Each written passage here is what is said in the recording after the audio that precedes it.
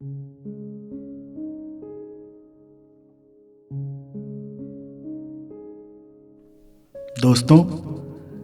मेरी कहानी सुनने के लिए आप सबका बेहद शुक्रिया। मेरी कहानियों को लाइक करें, सब्सक्राइब करें तो मुझे बहुत प्रोत्साहन मिलेगा। आज मैं एक ऐसी प्रेम कहानी आपको सुना रहा हूँ जो कॉलेज के दिनों की है। कॉलेज के उन दिनों में सब साथ साथ पढ़ा करते थे। सामने की बेंच पर वो बैठती थी। वो बहुत खूबसूरत थी। शरीर सुडौल और आकर्षक था ही, चेहरा भी लाखों में एक था। जब क्लास की बेंच पर वो आगे बैठी होती और प्रोफेसर लेक्चर दे रहे होते, तब सारे लड़के उसे पीछे से निहार रहे होते। उसका दीवाना मेरा एक दोस्त भी था, पागलपन की हद तक उसके लिए कुछ भी करने को तैयार। कभी वो बाजू से गुजर जाती और उसका हल्का सा भी स्पर्श हो जाता तो उसकी महक और उसके पास के एहसास से वो मदहोश हो जाता और अपने एहसास मुझसे शेयर करता। उस वक्त मोबाइल, इंटरनेट और कंप्यूटर तो था नहीं, बस एक टेप रिकॉर्डर होता था और एक ट्रांजिस्टर। कुछ कैसेट होते थे रील वाले, जिन्हें टेप के अंदर फंसाकर हम गाने सुना करते। ट्रांजिस्टर में सिलोन, विविध भारती और स्थानीय कार्यक्रम गिने चुने वक्त में आया करते। उसके अलावा कोई मनोरंजन नहीं। मेरा वो आशिक दोस्त सारा दिन रोमांटिक गाने सुना करता और उसकी याद में खोया रहता। वो भी जानती थी कि उसके बहुत से दीवाने उस पर नजरें गड़ाए रहते हैं, पर एक ऐसा भी है जो उस पर जान छिड़कता है। उसके दीवाने तो सब थे, लेकिन हिम्मत किसी में नहीं थी कि कोई जाकर उससे कह सके। वो जमाना बड़े संकोच और लिहाज का था। छोटे शहरों में तो और भी ज़्यादा कायदे होते हैं और लोग लाज का भय बना रहता। पर उस वक्त फिल्मों का ऐसा प्रभाव था कि हर कोई खुद को राजेश खन्ना, अमिताभ बच्चन और शशि कपूर समझता था। सारे लड़के बेल बॉटम वाली पैंट और लंबे बाल, कान के बाजू की कलम बहुत बड़ी रखा करते थे। रोमांटिक गाने हर एक की जुबां पर होते। इन दिनों फिल्मों के अलावा गैर फिल्मी गानों का भी चलन बढ़ रहा था और गज़ल गायकों की धूम थी। क्लास खत्म होने के बाद हम सब लाइब्रेरी में कुछ देर बिताया करते थे। तब वो भी अपनी सहेलियों के साथ आती और घंटे भर पढ़ाई की चर्चा करने के बाद सभी वहाँ से निकल जाते। मेरा दोस्त उससे कहना चाहता था पर कह नहीं पाता था। हेलो हाय हो जाया करती थी, लेकिन बात आगे नहीं बढ़ती थी। एक दिन हम 3-4 दोस्त उस वक्त के फेमस गज़ल गायकों गुलाम अली, जगजीत सिंह, पंकज उदास, तलत अजीज, पिनाज मसानी आदि के गायकी के अंदाज पर बातें कर रहे थे, क्योंकि उस वक्त उनका ही जोर था और प्राय सभी के पास उनके गानों के कैसेट रहा करते थे। सो घर में सुनने के बाद उन गानों की समीक्षा हुआ करती थी। हम बहस कर रहे थे। कुछ दूरी पर वो भी अपनी सहेली के साथ बैठी थी, पर उसका ध्यान हमारी बहस पर था। उससे रहा नहीं गया, वो हमारे पास आ गई। उसने बीच में टोक कर कहा, ज़रा सुनिए, अभी आप मेहंदी हसन और गुलाम अली के बारे में बात कर रहे थे। बेशक वो बहुत अच्छे गायक हैं, पर गज़लों को यदि सरल और समझने के लायक बनाकर किसी ने सुरीले अंदाज में गाया है तो वो जगजीत सिंह है। और जब उसने ऐसा कहा तो मेरे दोस्त की नज़रें उससे हट ही नहीं रही थी। फिर उसने चौंक कर हामी भरी और कहा कि आप जगजीत सिंह को सुनती हैं? उसने कहा कि वो ज़्यादातर उन्हें ही सुनती है। अब तो मेरे दोस्त की लॉटरी लग गई थी। वो इसी मौके के इंतज़ार में था।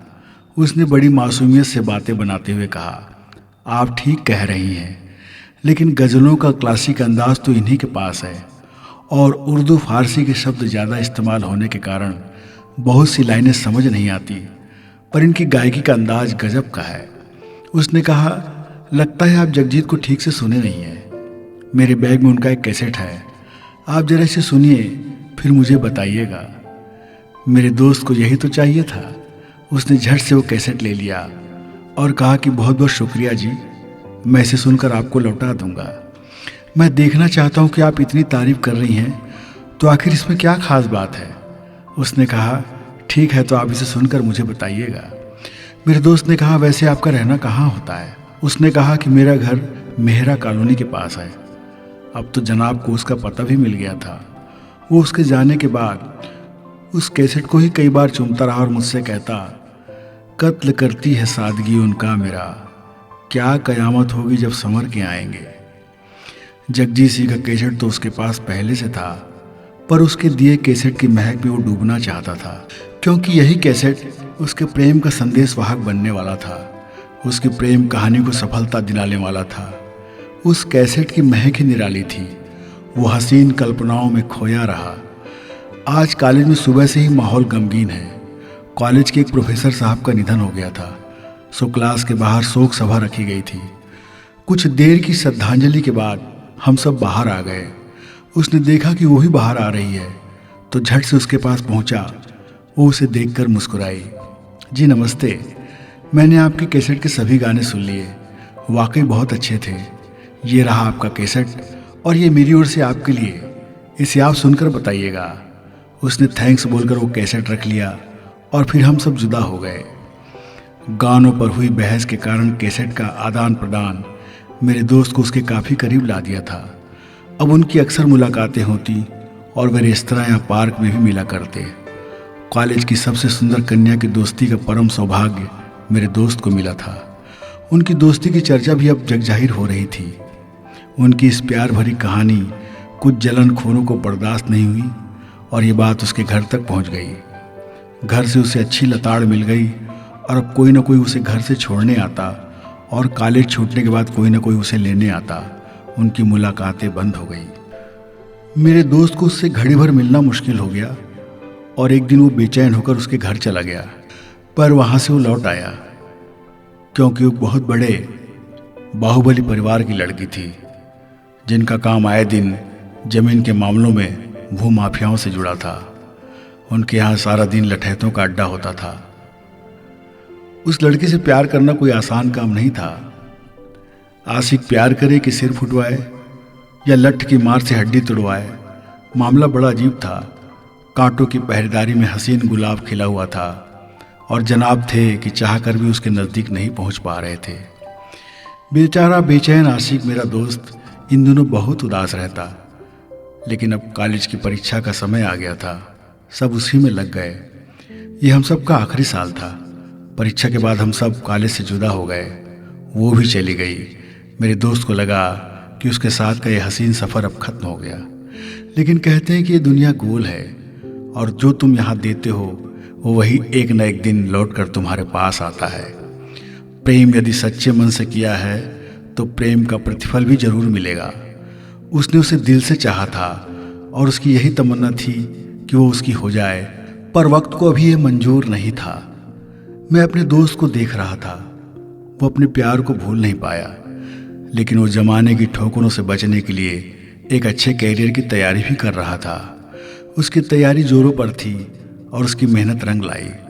उसे एक अच्छी सरकारी नौकरी मिल गई और पोस्टिंग भी पास के शहर में हो गई। इस बीच कुछ सालों तक उसके खूबसूरत हसीन दोस्त का कुछ अता पता नहीं चला।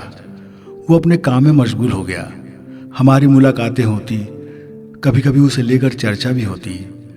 मेरे दोस्त ने किसी और से शादी नहीं की। घर वालों के लाख मनाने के बाद भी उसने इनकार कर दिया। वो मुझसे कहता, यार इस दिल में जो बसी थी उसकी जगह मैं किसी और को नहीं दे पाऊंगा, और अगर दे भी दिया तो मैं उससे प्यार नहीं कर पाऊंगा, क्योंकि जो भी मुझे मिलेगी मैं उसकी देह में, उसके चेहरे में उसे ही तलाश करूंगा और तब मैं उसके साथ इंसाफ नहीं कर पाऊंगा। मैंने तुम्हें शायद उसकी आखिरी मुलाकात के बारे में नहीं बताया था। उसने आखिरी बार मुझसे कहा था कि मैं कहीं भी रहूं मेरी आत्मा तुम्हारे पास ही रहेगी। ये शरीर किसी का भी हो सकता है, पर दिल नहीं। दिल तो मैंने तुम्हें दे दिया है। मैंने उसकी आंखों में अपने लिए गहरी चाहत देखी है दोस्त, और अब देखते हैं इसका अंजाम क्या होता है। हो सकता है सारी जिंदगी इंतजार में बीत जाए। मेरा दोस्त सही मानों में उसका मजनू था।